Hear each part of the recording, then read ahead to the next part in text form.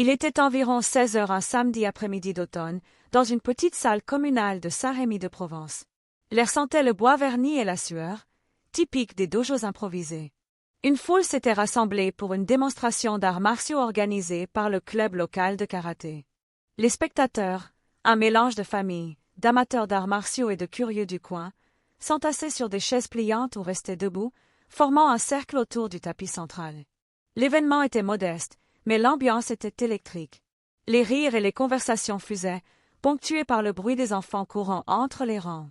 Au centre de l'attention se tenait Julien, un jeune homme de 26 ans, ceinture noire de karaté Shotokan. Grand, athlétique, avec des cheveux bruns coupés courts et un sourire éclatant, Julien était l'étoile montante du club. Il avait remporté plusieurs compétitions régionales et s'entraînait avec une discipline presque obsessionnelle. Ce jour-là, il portait son karatégi impeccable, la ceinture noire nouée avec soin autour de sa taille. Julien était connu pour sa technique précise, ses katas fluides et son charisme naturel. Il aimait performer devant un public, et aujourd'hui, il était prêt à briller. Face à lui, presque invisible dans l'ombre de l'enthousiasme général, se tenait Maurice, un homme de 72 ans, un ancien du club que beaucoup considéraient comme une relique du passé. Maurice était petit, voûté, avec des cheveux gris clairsemés et des lunettes épaisses qui glissaient sur son nez. Son karatégi semblait usé, délavé par des décennies d'utilisation. Il n'avait pas participé à une démonstration depuis des années, préférant rester en retrait, observant les nouvelles générations avec un sourire discret. Pourtant, ce jour-là, il avait accepté, à la demande du sensei principal, de participer à un combat amical contre Julien. L'idée était venue presque par hasard. Lors d'une pause pendant les préparatifs, Julien, en plaisantant avec ses camarades, avait lancé « Pourquoi pas un petit duel avec le grand Maurice?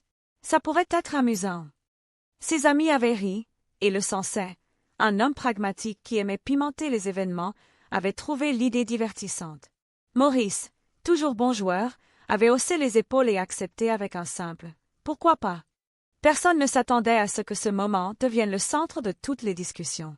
Julien s'avança sur le tapis, saluant la foule d'un geste confiant. Il fit quelques étirements rapides, ses mouvements souples et précis attirant des murmures d'admiration. Maurice, de son côté, s'approcha lentement, ses pas mesurés, presque hésitant. Quelques spectateurs échangèrent des regards amusés.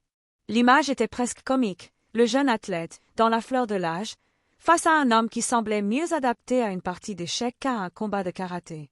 L'arbitre, un autre membre du club, expliqua les règles, un combat amical, 3 minutes, sans contact excessif, juste une démonstration de technique et de contrôle. Julien hocha la tête, un sourire en coin, tandis que Maurice ajustait ses lunettes et saluait son adversaire avec une révérence profonde, fidèle aux traditions du karaté. La foule se tut, et le combat commença. Julien prit immédiatement l'initiative. Il se déplaça avec agilité, ses pieds glissant sur le tapis comme s'il dansait. Il lança un premier coup, un maegiri rapide, visant le torse de Maurice, mais en retenant sa force pour respecter les règles. Maurice, à la surprise générale, esquiva avec une fluidité inattendue, son corps se déplaçant juste assez pour éviter le coup. La foule murmura, surprise par la vivacité du vieil homme. Julien, un peu déstabilisé, enchaîna avec une série de coups de poing, des tsuki directs et puissants. Maurice para chaque attaque avec des mouvements économiques, ses avant-bras bloquant les coups sans effort apparent. « Pas mal, papy !» lança Julien, son ton mi-taquin, mi-respectueux. La foule rit, et Maurice répondit par un sourire discret, sans dire un mot. Julien intensifia ses attaques, alternant coups de pied et de poing, cherchant à impressionner. Il exécuta un mawashigiri, un coup de pied circulaire visant l'épaule de Maurice. Cette fois encore, Maurice esquiva, mais il fit un pas en avant, réduisant la distance entre eux. Avant que Julien ne puisse réagir, Maurice plaça une main sur son poignet et, d'un mouvement subtil, utilisa l'élan de Julien pour le déséquilibrer légèrement. Julien trébucha, mais se reprit rapidement, ses joues rosissant sous les rires étouffés du public. Le jeune homme se ressaisit, déterminé à montrer de quoi il était capable. Il lança une combinaison complexe, un coup de pied frontal suivi d'un revers de poing. Maurice, toujours calme, para le premier coup. Au moment où Julien lançait son poing, le vieil homme effectua une esquive latérale, saisissant le bras de Julien. En un instant, Maurice pivota et projeta Julien au sol avec une technique de judo, un mouvement si fluide qu'il semblait presque accidentel. Julien atterrit sur le dos, le souffle coupé, tandis que la foule poussait un cri collectif de stupéfaction.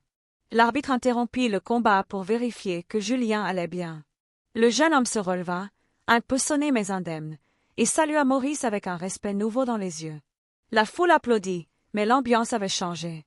Ce n'était plus un simple spectacle, quelque chose de plus profond venait de se produire. Après le combat, Julien s'approcha de Maurice, la main tendue. « Je ne m'attendais pas à ça. Sensei, dit-il, utilisant le titre honorifique pour la première fois. Maurice serra sa main, son regard chaleureux mais ferme. « L'important, ce n'est pas la force, c'est la compréhension, répondit-il simplement. Ces mots restèrent gravés dans l'esprit de Julien, et les spectateurs, encore sous le choc, commencèrent à chuchoter entre eux. Dans les jours qui suivirent, l'histoire du combat se répandit dans la ville. On apprit peu à peu des bribes du passé de Maurice. Ancien militaire, il avait étudié les arts martiaux au Japon dans les années 1970, entraîné par des maîtres légendaires dont les noms résonnaient encore dans les cercles d'initiés. Il avait choisi une vie discrète, loin des compétitions et de la gloire, préférant transmettre son savoir à travers des gestes simples et des paroles rares.